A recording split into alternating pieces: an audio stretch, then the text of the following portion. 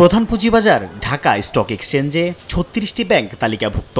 এর মধ্যে ১২টি ব্যাংকের খেলাপি ঋণের পরিমাণ মোট বিতরণ করা ঋণের ১০%-এর বেশি। ১৩ মার্চ কেন্দ্রীয় ব্যাংকের দেয়া নতুন নির্দেশনায় এসব ব্যাংক লভ্যাংশ দিতে পারবে না। এতে দুশ্চিন্তায় সাধারণ বিনিয়োগকারীরা। আমার ইচ্ছা হলো আমার কোম্পানির একটা ইনফরমেশন আমি দিয়ে দিলাম, এটার জন্য আমাকে কোনো দায়বদ্ধতা মুখোমুখি হতে হবে না, এইটা তো হওয়া ঠিক না।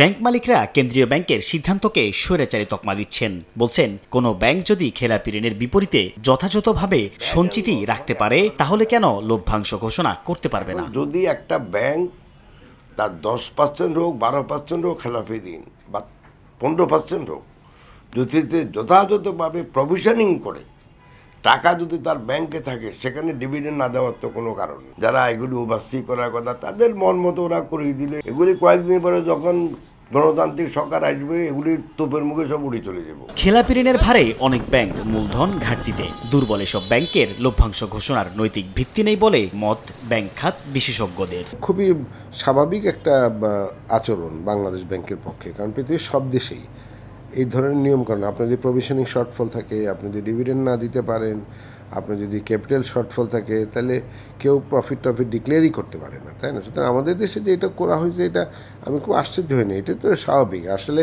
আমার কাছে তো মনে হচ্ছে ওরা স্বাভাবিকতার দিকে যাচ্ছে। গেল বছরের ডিসেম্বর শেষে ব্যাংক খাতে খেলাপি ঋণ দাঁড়িয়েছে ৩,৪৫,৭৬৫ কোটি টাকা, যা বিতরণ করা মোট ঋণের ২০%-এর বেশি। প্রতিষ্ঠানের আর্থিক ভিত্তি দেখে পুঁজিবাজারে অর্থলগ্নি করেন বিনিয়োগকারীরা। খেলাপির ভারে নুয়ে পড়া দুর্বল ব্যাংকগুলো যদি লভ্যাংশ ঘোষণার সুযোগ পায়, সেক্ষেত্রে শেয়ারের দাম বেড়ে যাওয়ার আশঙ্কা আছে, যা সাধারণ বিনিয়োগকারীদের সাথে প্রতারণা শামিল বলে মনে করছেন অর্থনীতিবিদরা। সাইফুল ইসলাম, সময় সংবাদ, ঢাকা।